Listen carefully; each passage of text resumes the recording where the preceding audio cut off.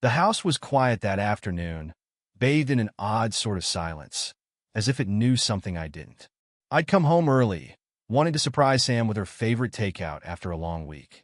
But the sight of an open suitcase in our bedroom stopped me dead in my tracks. She'd mentioned she'd be leaving for a yoga retreat in Sedona, something she'd called essential for recentering. I understood yoga was her passion, and she'd gone on retreats before. But this was different. For starters, Sam had never been one for flashy trips, and certainly not ones that involved her booking a luxurious suite on her own.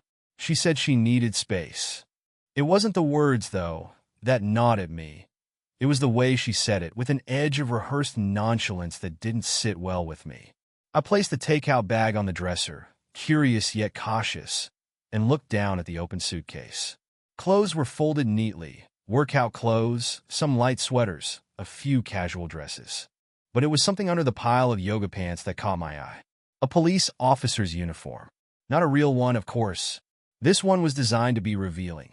A short skirt, a mock badge, a plastic belt with handcuffs, and a name tag that read Officer Naughty. My mind stumbled trying to fit this in with the serene, introspective world of meditation and sun salutations Sam claimed she was going to immerse herself in for a week. I blinked, unable to look away from the costume, as if staring at it might make it disappear. "What are you doing?" Her voice from the doorway jolted me. Sam was watching me, her expression blank, but her arms crossed in a way that suggested she'd been standing there for a while. "Oh, I stumbled, unprepared. I brought you lunch. Thought you'd be hungry before the flight." "Jason," she said, her eyes narrowing. "Why are you rifling through my things?" Her tone was defensive, more defensive than I'd ever heard it. I gestured towards the suitcase. "This isn't what you'd normally take to a yoga retreat." "A police costume?" I said, trying to keep my voice even. "Care to explain?" She hesitated for only a second, then gave a little shrug, her lips curling into a faint, almost mocking smile. "It's for a costume party, Jason. The girls and I thought it would be funny." She paused, as if challenging me to question her further. "I need time to unwind.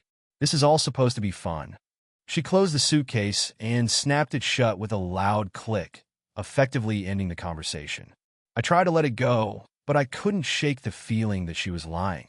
My mind whirled with questions, though I said nothing, watching as she moved around the room, gathering the last of her things with exaggerated calm.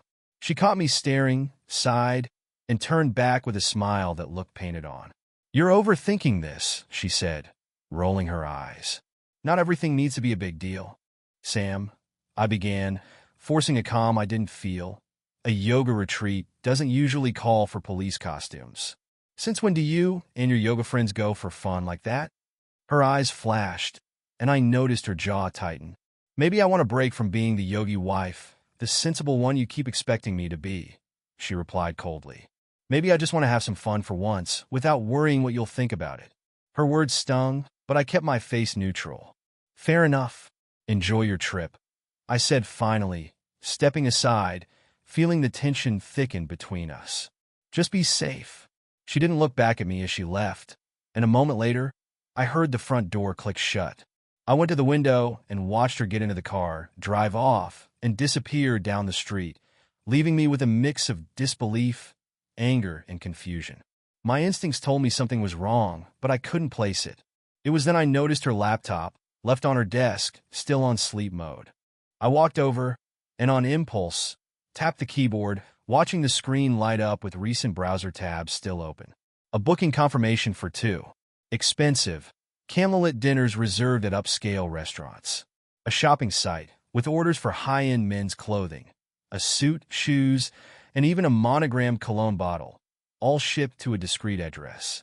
My stomach tightened as I processed the information. This wasn't a simple yoga retreat. My mind started connecting dots that I had ignored for too long. The late nights out, the unexplained phone calls, the sudden interest in personal time. The girls' costume party story she'd told me was crumbling fast. When I finally moved away from her desk, I felt as if I'd been slapped awake. I'd allowed myself to be passive, to brush aside my instincts for months. But the truth was staring me in the face now, and with every second, the sting of betrayal grew sharper, igniting something cold and determined within me. I walked into our closet, grabbing my coat and my own suitcase. I'd been waiting for a wake-up call, some kind of confirmation before I took any drastic steps. Now I had it. Sam returned the next morning, striding into the house with her suitcase in tow, still wearing the faint scent of something floral and exotic that I knew wasn't hers. She looked at me with an air of expectation, her chin lifted, as if daring me to question her. I sat calmly at the dining table, waiting. "Good morning, Jason," she said, her voice clipped, but carrying a forced casualness that irritated me. "Morning, Sam," I replied, gesturing to the chair across from me. "See, we need to talk about your trip." She rolled her eyes, pulling out the chair, but barely settling into it, as if she'd be ready to bolt at any moment. I didn't waste time. "The police costume," I said, watching her expression closely. "You're still going to pretend that's for a girls' party?" Her eyes darted toward the hallway, but her face stayed carefully blank. "Yes, Jason. For a girls' party. It's called fun, something I'm apparently not allowed to have without an interrogation. Right?" I said slowly. "Then I'm sure you wouldn't mind explaining the reservation for a two-person suite, or the men's suit and cologne you had shipped to a different address. Unless the girls' party had a dress code I wasn't aware of." The color drained from her face, her composure breaking just slightly before she reassembled it. "Are you seriously checking up on me? Do you not see how controlling this is, Jason?" Her words came out sharp, defensive. I leaned forward, my voice low and unwavering. "I'm asking for the truth, Sam. You know I'm not stupid. Just tell me what's going on." She scoffed, shaking her head as if I was being the unreasonable one. "You can believe whatever you want," she said coolly, standing up and crossing her arms, one brow raised. "But I don't need to explain myself. I'm an adult, Jason. I'm entitled to my own life." I felt a surge of anger. I'd known Sam to be fiery, but this level of defiance, this complete lack of remorse, it was like I didn't even recognize her anymore. I reached over and grabbed her phone off the counter before she could react, scrolling through her recent calls until I found a name I'd never seen before, Tommy. I pressed the call button. "Jason," she yelled, lunging toward me, but I sidestepped her, holding the phone out of her reach. "Hello." A man's voice answered, relaxed, completely oblivious. I looked at Sam as I spoke. "Is this Tommy?" I asked, my voice taut, daring her to contradict me. Yeah. Who's this?" He sounded confused. I didn't answer him. I simply hung up, my gaze fixed on Sam. "So, this is what we're doing now? You're just going to lie to my face, bring this guy around, and expect me to pretend everything's fine?" Sam's mask of indifference cracked. For a moment, there was a flash of something. Fear, maybe anger, before she quickly masked it with a defiant smirk. "You're acting like I committed some crime, Jason. It's not my fault you can't handle a little harmless fun." "Harmless fun?" My voice was barely above a whisper, but the words felt like they were tearing out of me. "You think sneaking around behind my back, spending our money on hotels and clothes for some guy named Tommy, is harmless?" She crossed her arms again, leaning back slightly, looking almost bored. "Maybe if you weren't so overbearing, I wouldn't feel the need to get some space." "You don't own me, Jason." I took a slow, measured breath, gripping the edge of the table to keep from shouting. "Just admit it, Sam. Admit that you're having an affair. I have the proof, for God's sake. Stop pretending." A twisted smile played on her lips. "Fine, you want to know?" "Yes. Tommy and I have been seeing each other. And you know what? It's been freeing. For once, I don't feel like I have to tiptoe around you." Her words hit me like a punch to the gut, but I kept my voice steady. "So that's it? You think you're just going to keep doing this, and I'll sit here quietly, waiting for you to come back whenever you feel like it?" She laughed, an ugly, mocking sound that reverberated through the room. "Oh, please, Jason. I don't owe you an apology. I'm living my life, doing what I want, and if you can't deal with that, maybe you should start thinking about what you're doing wrong." My hands clenched at my sides, but I forced myself to stay calm. "You don't think there are consequences, do you? You think you can take my money, my trust, and everything we've built together, and just walk away without a second thought?" "Why not?" she sneered. "You always think you're in control, but guess what? I'm done with that. You're not the center of my universe anymore." In that moment, I knew there was nothing left to say. She had made her choice. As I turned to leave, I caught a glimpse of movement outside through the window. A sleek, black sports car idled just outside our house, the engine running as if waiting for someone. A sickening suspicion clawed at my mind. I pushed past Sam, ignoring her protests as I went to the front door and stepped outside. The man in the driver's seat was tall, with dark hair and a casual, arrogant look as he leaned against the car, scrolling through his phone. He looked up, and our eyes locked. There was a flicker of recognition on his face, and then he gave me a smirk, a knowing, smug expression that turned my stomach. "So," I said, my voice low and cold as I approached him. "You're Tommy, I presume?" He pushed himself off the car, straightening as he looked me over. "Yeah, that's right. And you must be Jason." He didn't even try to hide the amusement in his tone. He glanced back at the house, then gave me a cocky, almost pitying smile. "Guess she didn't tell you about our little arrangement, huh?" I felt a wave of anger flare up, but I forced myself to stay controlled. "I know everything I need to know about you," I said quietly. "And let me make one thing very clear. If you ever come near this house or my wife again, there will be consequences." He laughed, as if he didn't take me seriously, and shrugged. "Maybe I'll keep that in mind. Or maybe she'll keep calling." I felt my fists tighten, the urge to retaliate almost overpowering, but I knew that was what he wanted. Instead, I gave him a cold smile. "Just know this, Tommy. You have no idea who you're dealing with."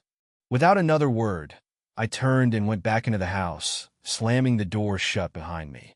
Sam was waiting in the hall, her arms crossed, that same infuriating smirk on her face. "Well?" she asked, arching an eyebrow. "Congratulations," I said, voice dripping with sarcasm. "You've really found yourself a winner." She tilted her head, unconcerned. "If you're done, I have plans." "Don't wait up." For a moment, I felt a blinding, overwhelming urge to argue, to keep pushing her until she admitted her fault. But I knew that would do nothing. Sam was too far gone, too convinced of her own innocence. I watched her as she gathered her things again and strutted out the door, not sparing me another glance. I waited, listening to the sound of her footsteps fade, the door closing, and finally, the engine of Tommy's car roaring to life as they sped away down the street.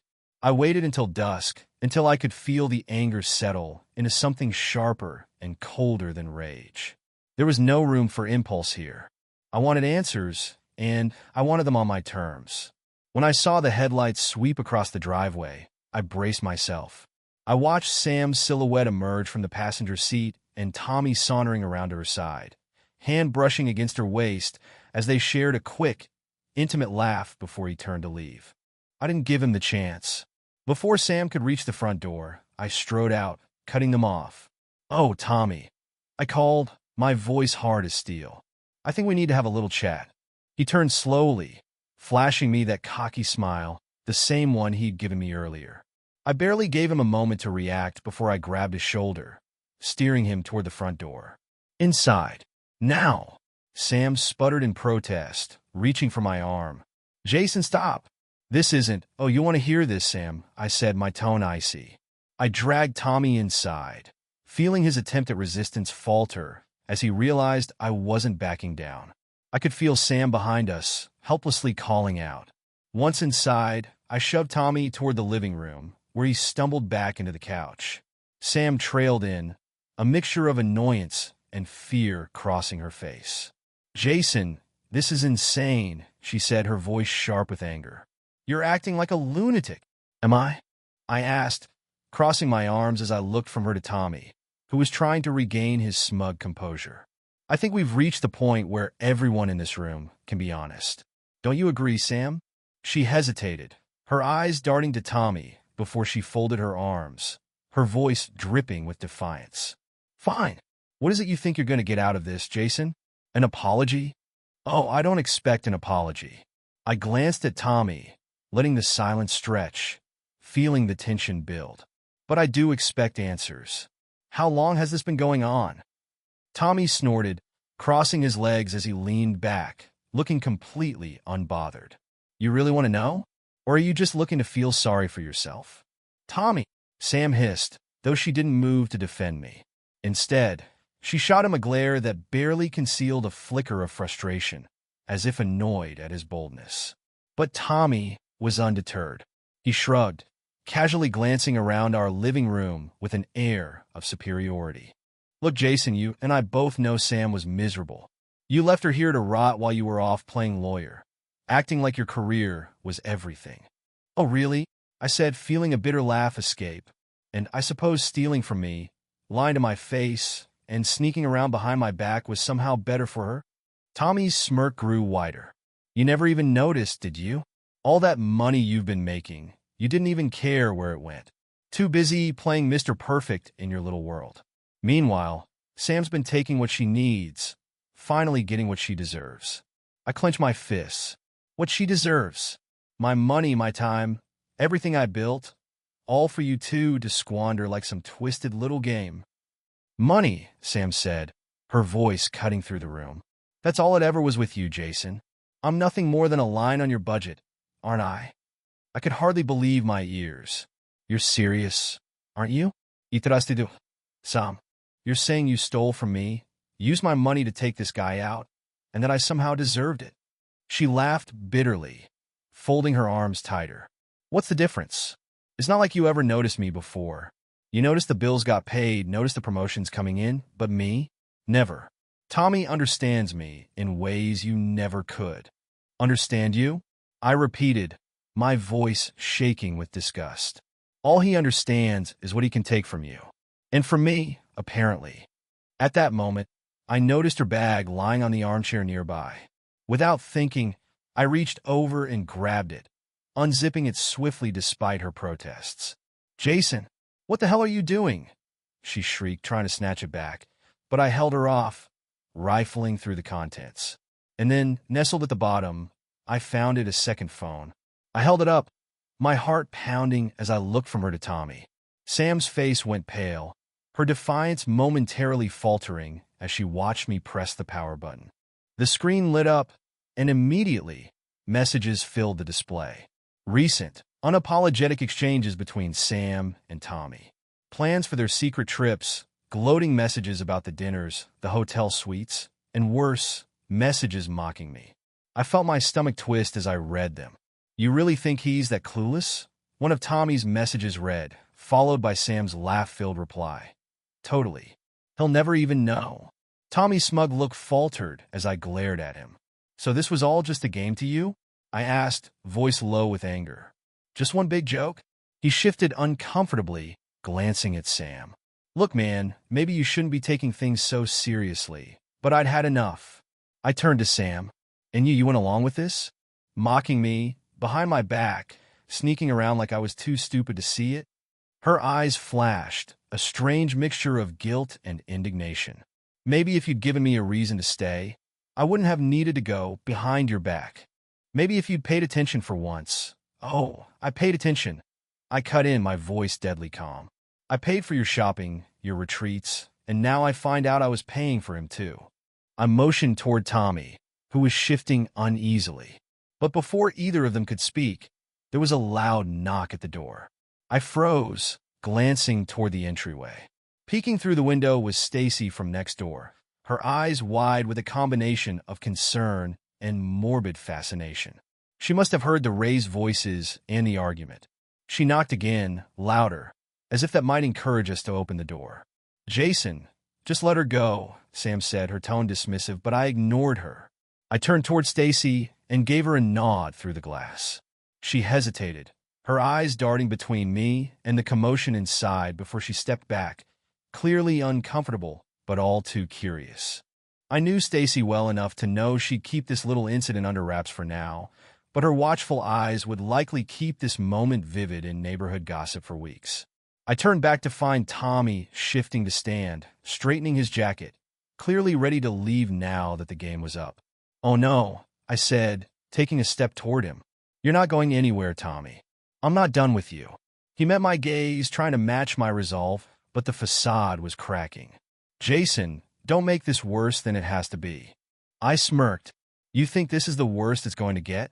I could see a flash of doubt in his eyes, but I let the silence hang, knowing he'd feel its weight.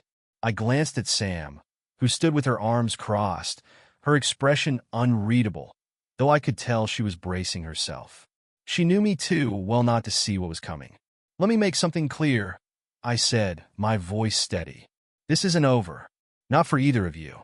That night, after Sam and Tommy had finally left, I sat in the silence of the house and let the anger simmer into a steely resolve. It was no longer about confronting them or hearing their excuses. This was about taking back control. I wasn't going to give them the satisfaction of watching me break. No, I'd make sure they'd regret crossing me. The first call I made was to Jack, a private investigator I'd met years ago through a case at work. Jack knew his way around secrets, and he understood the art of discretion. By sunrise, we were sitting in my office at home, an entire file of my suspicions and evidence spread across the desk. Jack reviewed everything silently, his face giving nothing away until he looked up and gave a curt nod. "You've got enough here to start a bonfire, Jason. But if we're doing this, you need more than just proof of the affair. You'll want leverage in case she tries to come after you in court. And judging by what you've found, she'll try." "I know," I said, nodding. "I want you to track them. Everything they do, every place they go, every dollar she spends. I want it documented." Jack cracked a faint smile, flipping open his notebook. "Consider it done." "Good." "There's more," I continued, reaching for my phone. "I'm clearing out our accounts and setting up new ones in my name. I don't want her accessing another cent of my money." I logged into our joint bank account, and in minutes, every dollar was shifted into a private account she wouldn't even know existed. It was like a weight lifting from my shoulders, a sense of satisfaction settling in with every transfer completed. Sam had been living off me comfortably for years, funding her affair with my money. That ended today. Jack scribbled down notes, eyes narrowing. "Anything else I should know about?" "Yeah." I hesitated, then met his gaze. "I want to track her on their car. I want to know where they're planning to go next." Jack didn't even blink. "Smart move. I'll take care of it." By the time he left, I felt more in control than I had in months. I knew Sam would come back, probably looking for me to break, to admit defeat. But I was done being a passive bystander. 2 days later, Jack called with the first piece of news that sent everything into motion. "They're planning a trip," he said, his voice steady and precise. "Miami. A weekend at the Golden Sun Resort. It's booked under her name, and they're leaving on Friday. It's a high-end place. Guess they figure you're funding it." I let out a bitter laugh. They'd be in for a surprise if they checked that joint account now. "Believe it or not," Jack continued, "I found something else. Looks like Sam's been doing more than sneaking around on you. She's been using your corporate contacts to help Tommy secure real estate deals. It's small for now, but it's lucrative. She's even introduced him to some of your clients, passing him off as her associate.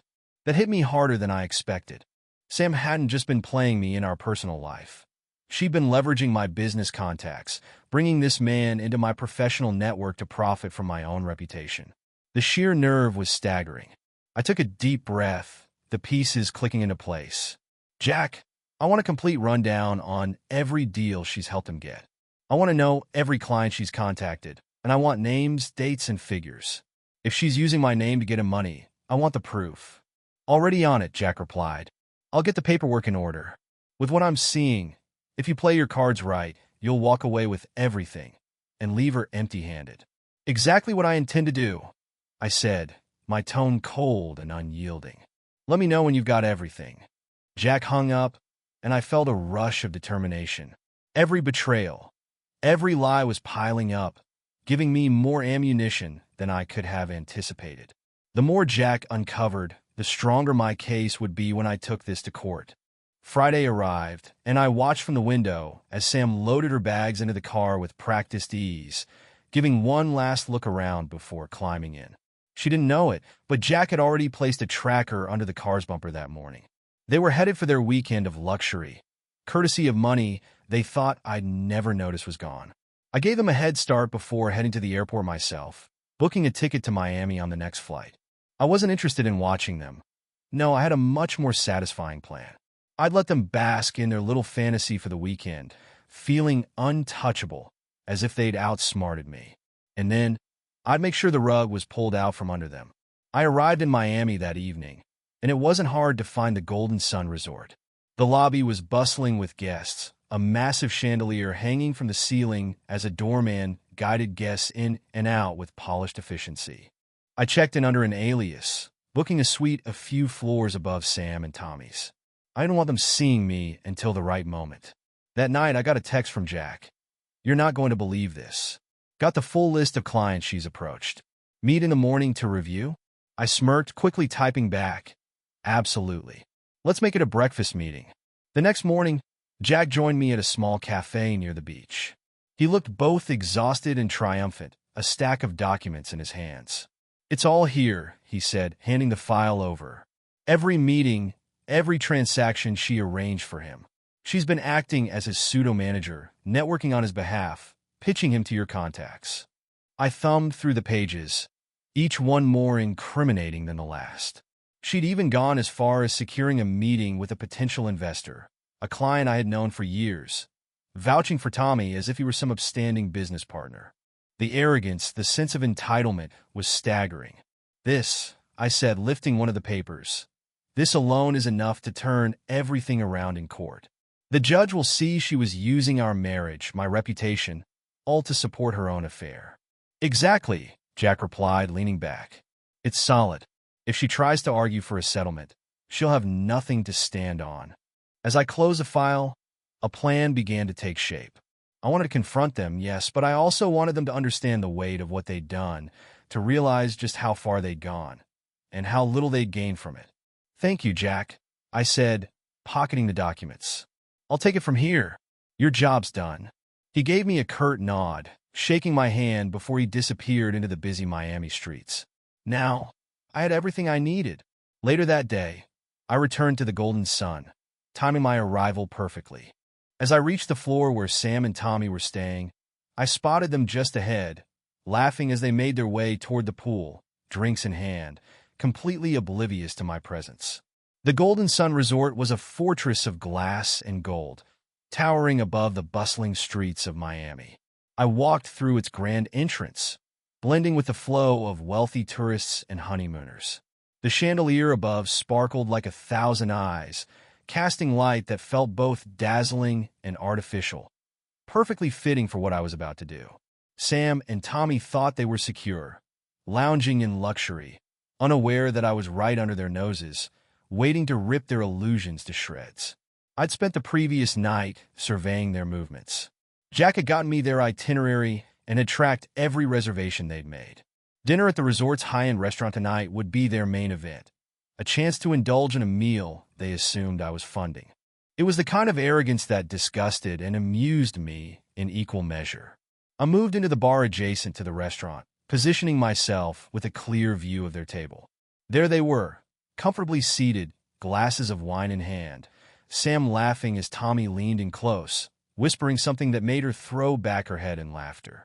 Watching them so at ease, so wrapped up in themselves, the anger surged again. But this was not the time to confront them. Not yet. I wanted them to soak up every last second of their smug comfort. The hotel staff moved like clockwork, attentive yet invisible. I caught the eye of a woman at the bar who looked to be in her early 40s, elegantly dressed, with a sharp, observant gaze. She was directing the waitstaff with an air of authority. The hotel manager, I presumed. She saw me looking and offered a polite nod. "Sarah," she introduced herself with a professional smile, approaching my spot at the bar. "Are you finding everything to your satisfaction?" I returned the smile, though I knew she probably detected the intensity behind it. "Yes, Sarah, everything is perfect." She studied me a moment longer, perhaps sensing something unspoken, but then nodded and moved on. I made a mental note of her, knowing that she could prove useful before the night was through. Around 9 o'clock, I watched as Sam and Tommy left their table and made their way toward the elevator, holding hands as though they hadn't a care in the world. Their laughter echoed faintly through the corridor as they disappeared down the hall. I gave them a few minutes before heading to my room, then took the connecting staircase up one level, arriving just a few doors down from their suite. The soft hum of voices drifted through the door. "Ilinjera moment, listening." So, Tommy's voice drawled, his tone arrogant. "You think he's figured it out yet?" Some licked. "Even if he has, What's he going to do about it? Run off to his fancy lawyers and sulk? I clenched my fists, steadying myself.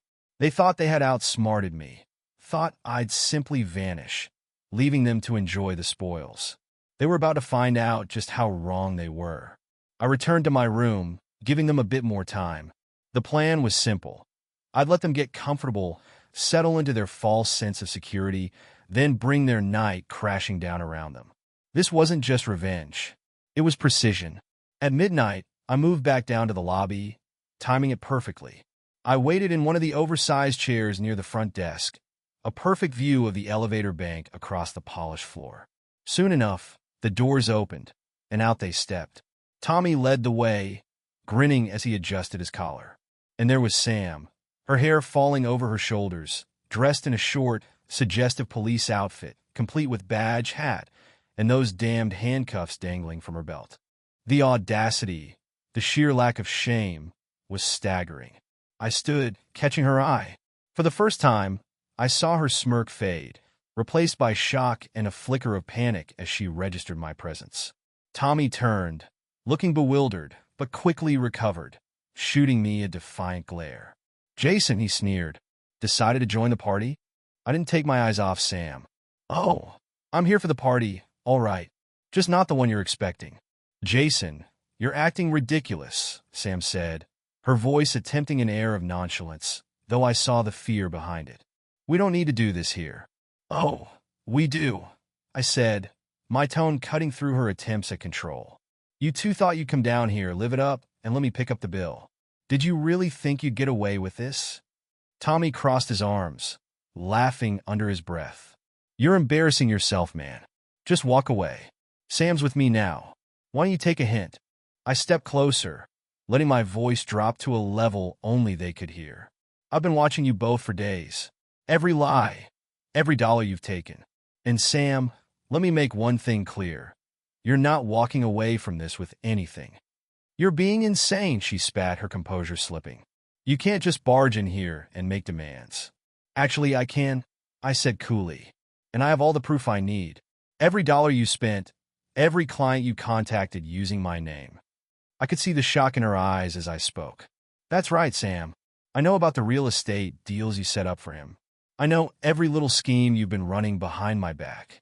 I turned, gesturing to Sarah, the hotel manager, who had been watching from the sidelines, her eyes widening as she took in the scene. She approached cautiously. "Is there a problem here, sir?" she asked. I nodded. "Yes, Sarah, there is. These two have been charging their expenses to an account that they have no right to access. And I'd like it if they were escorted off the property. Immediately." Sam's eyes went wide, and she lunged forward. "You can't do this. We're paying guests." "Actually," Sarah said, folding her arms, "if the charges are disputed, the hotel reserves the right to evict any guests found misusing funds."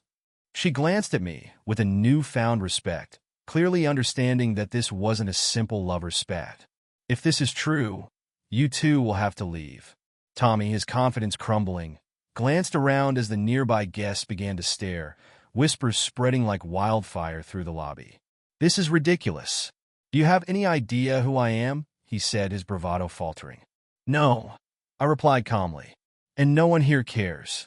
Sarah nodded to a security guard who had appeared near the entrance, waiting for her signal. "Escort them out," she instructed, her voice firm. "I'll settle the charges with Mr. Jason directly." Tommy and Sam protested, their voices rising, but the security guard stepped forward, motioning for them to follow. Humiliated, they tried to gather their things, Tommy casting one last, furious look in my direction.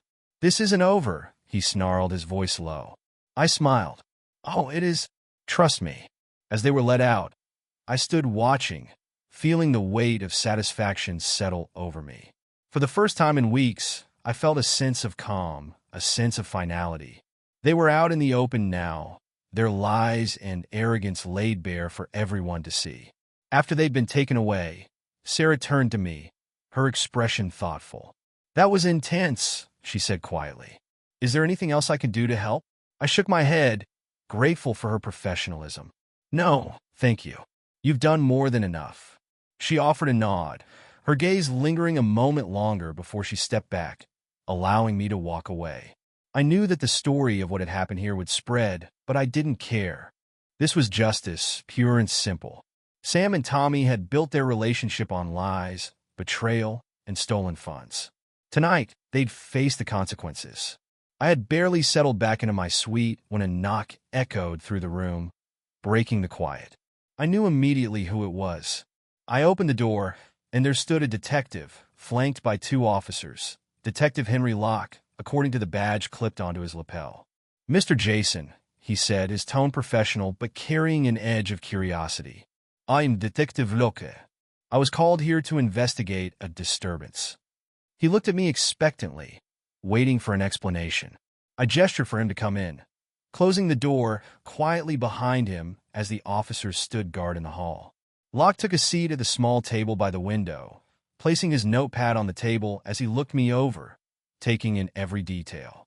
"Detective," I began calmly, sitting across from him, "I assume you're here because of my soon-to-be ex-wife and her companion." He raised an eyebrow, his pen already poised. "Go on." I leaned back, keeping my tone steady and deliberate. "Sam and I are in the middle of an unpleasant separation, to say the least. Recently, I discovered that she's been siphoning money from our joint accounts to fund her affair with a man named Tommy, who she brought here to Miami. Tonight, I caught them charging expenses to my name without permission. It's all well documented," I added, placing Jack's file on the table, watching as Locke's eyes flickered with interest. Locke opened the folder, skimming through the neatly organized statements, emails, and messages I'd gathered. He let out a low whistle. "Quite a bit here. So you're saying she used your funds fraudulently to bankroll her affair?" "Yes," I replied, my voice hardening. "And she even leveraged my business contacts to help him secure real estate deals, using my connections without consent. I like it all documented, Detective. Every last cent." He gave a nod, flipping through the evidence, and then looked up, studying me intently. "And where is she now?" "Hotel security escorted them out. I believe they're in the lobby still, wondering what to do next."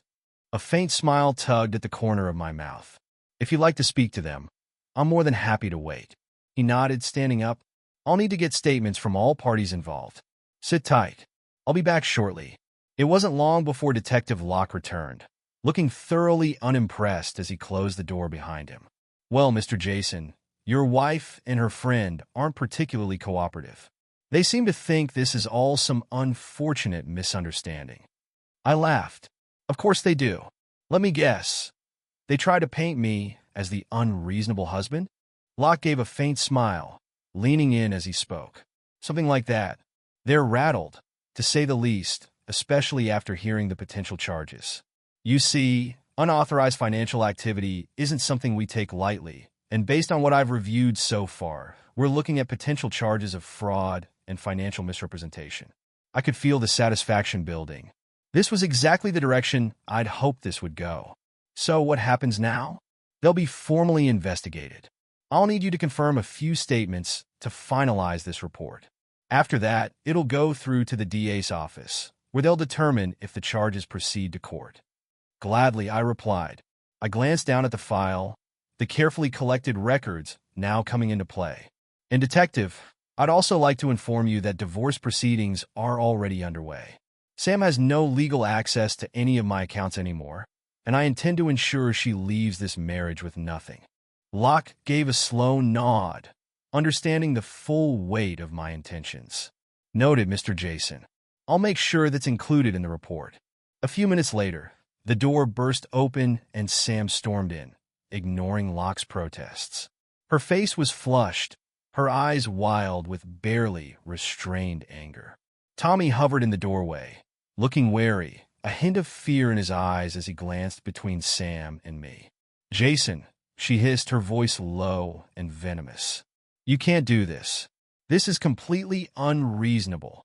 You're not going to throw me out onto the street with nothing." I stayed seated, meeting her glare calmly.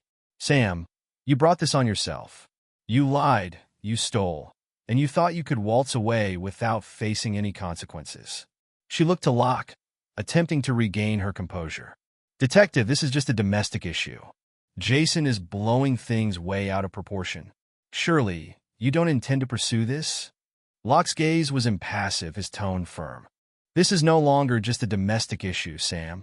You're under investigation for potential financial fraud and misuse of corporate resources. You're facing real consequences here. Her bravado faltered, and she looked back at me, her expression desperate. Jason, come on. We don't have to go down this path. We can work something out. Just don't let it end like this. But I shook my head. That ship has sailed, Sam. You made your choice the moment you thought you could turn our marriage into your personal piggy bank. She looked at Tommy for support, but he was edging back toward the door, clearly eager to get out of this mess. He stammered, "Look, Sam, maybe we should just, try to deal with this separately." She whipped around, her eyes narrowing. "What? You're just going to abandon me?" Tommy avoided her gaze, clearing his throat. "Listen, I'm not getting dragged into your personal issues. I didn't know half of what you were doing anyway. Are you serious?" Sam's voice rose, panic creeping into her words. "You're going to turn your back on me now? After everything?" But Tommy wouldn't meet her eyes, and a slow smile tugged at my lips. The so-called loyalty they'd shared was crumbling before my eyes, unraveling with the slightest pressure. He was ready to cut his losses, leave her to shoulder the blame, and walk away unscathed. Typical. Detective Locke stepped between them, his expression unyielding. "Enough. Both of you. Tommy, if you'd like to speak to me separately, now would be a good time." Tommy hesitated, glancing between Sam and me. He straightened, finally speaking, his voice shaky. "Yeah, I'd like that." He looked at me, a faint, almost pleading expression in his eyes. "Jason, maybe we can come to some kind of arrangement. I can tell you everything about what Sam was up to." She wasn't exactly honest with me, either. Sam's face twisted in horror, her voice frantic. "You're turning on me now, Tommy? After everything I did for you?" But Tommy looked at me, his gaze desperate. "Jason, let's talk. I'm willing to cooperate." "All right." I leaned back, feigning contemplation. "Interesting. Detective Locke, I'll be happy to provide my full cooperation with anything Tommy wants to share." Locke gave a satisfied nod. "Then let's proceed. Tommy, follow me." As they walked out, I glanced back at Sam, who was standing there, her expression defeated, her mouth opening and closing as if searching for words. She was finally realizing that she'd lost everything. Her leverage, her lover, her plans. "Goodbye, Sam," I said quietly. "Enjoy the life you chose." The Caribbean sun was hot on my skin as I stepped onto the sand, feeling the waves lap at my feet. The villa I'd rented was perched just above the shoreline, secluded and quiet, with only the sound of the ocean stretching out before me. It felt like freedom, the kind I hadn't tasted in years. After the events in Miami, I'd left everything in order back home. Knowing I'd come out of this ordeal with more than a clean break, I had the satisfaction of reclaiming my life, piece by piece. The last week had been surreal. Each morning here began with a swim in the turquoise water, the weight of the past dissolving a little more with each stroke. This place wasn't an escape. It was the start of something new, a blank page. But of course, loose ends have a way of finding you, no matter how far you go. I was sipping a coffee on the veranda when my phone buzzed. I glanced down at the unfamiliar number and nearly ignored it until something, call it instinct, made me pick up. "Hello, Jason speaking." A momentary pause, and then a smooth, clipped voice. "Mr. Jason, this is Brenda Cross. I'm an attorney representing Tommy Matthews. I trust I'm not calling at an inconvenient time." I felt a flicker of irritation but kept my tone neutral. "I'm listening." "Well," she continued, as if this were any other casual client call, "I wanted to inform you that Mr. Matthews is filing a civil suit against you for assault and emotional distress stemming from the recent incident in Miami. He claims you attacked him without provocation." I laughed, a short, dry sound. "Assault? That's creative." "Yes," Brenda replied smoothly, ignoring my tone. "He's seeking compensation for damages, both physical and emotional, which he claims were inflicted during the confrontation in the hotel lobby. We're prepared to proceed unless you'd prefer to settle quietly." I smirked, picturing Tommy frantically clinging to whatever semblance of control he thought he had left. "And what Exactly. Does he hope to get out of this? I asked, amused. He's requesting a settlement in the amount of $75,000, she replied, a slight edge in her tone, as though daring me to scoff at the figure. 75,000? I repeated, unable to hold back a chuckle. He must be feeling desperate. Her silence told me she wasn't amused. Mr. Jason, we're giving you a chance to handle this discreetly. Otherwise, we'll be moving forward, and there may be a court proceeding. This could be messy. Messy, I repeated, tasting the word. You know, Brenda, I don't think Tommy realizes who he's up against. But by all means, feel free to drag this into court if that's how he wants to play it. She hesitated, clearly sensing my resolve. Very well, Mr. Jason. Expect a formal notice soon.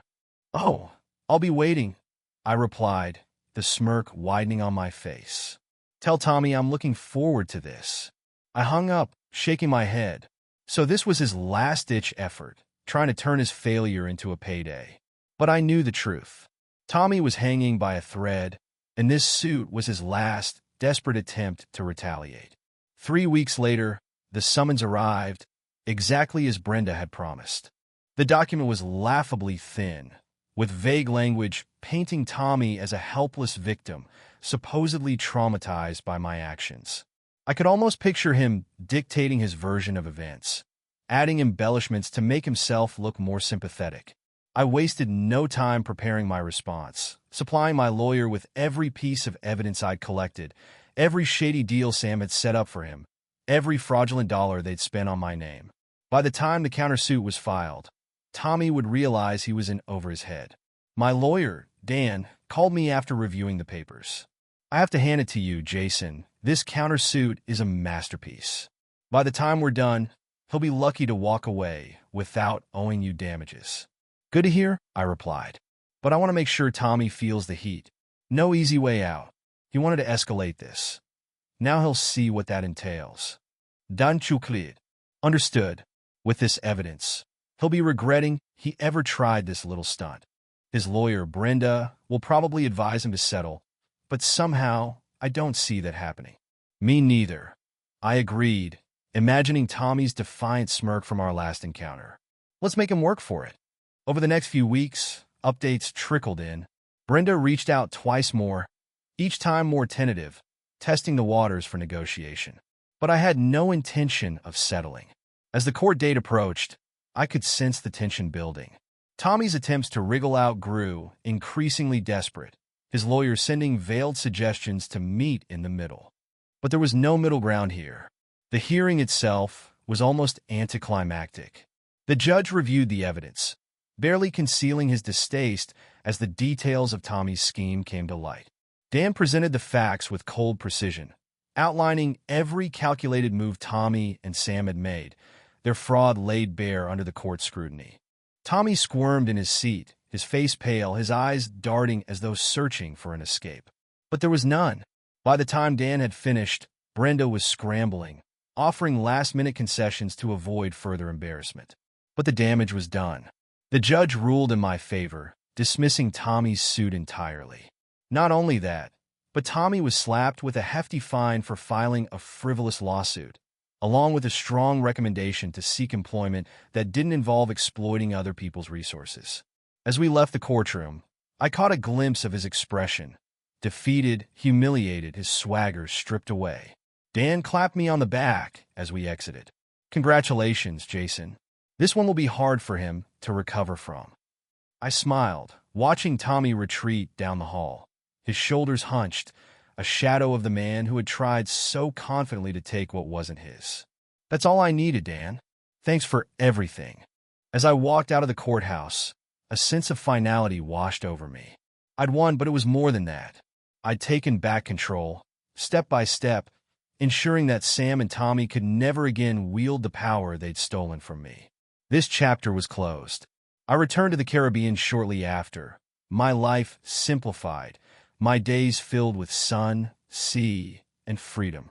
For the first time in years, I was truly alone with my thoughts, no longer haunted by betrayal or the sting of deceit. This was my world now, stripped down to its purest form, and I was ready to live it on my terms. As I watched the waves stretch out endlessly before me, I felt a peace settle over me, deep and enduring.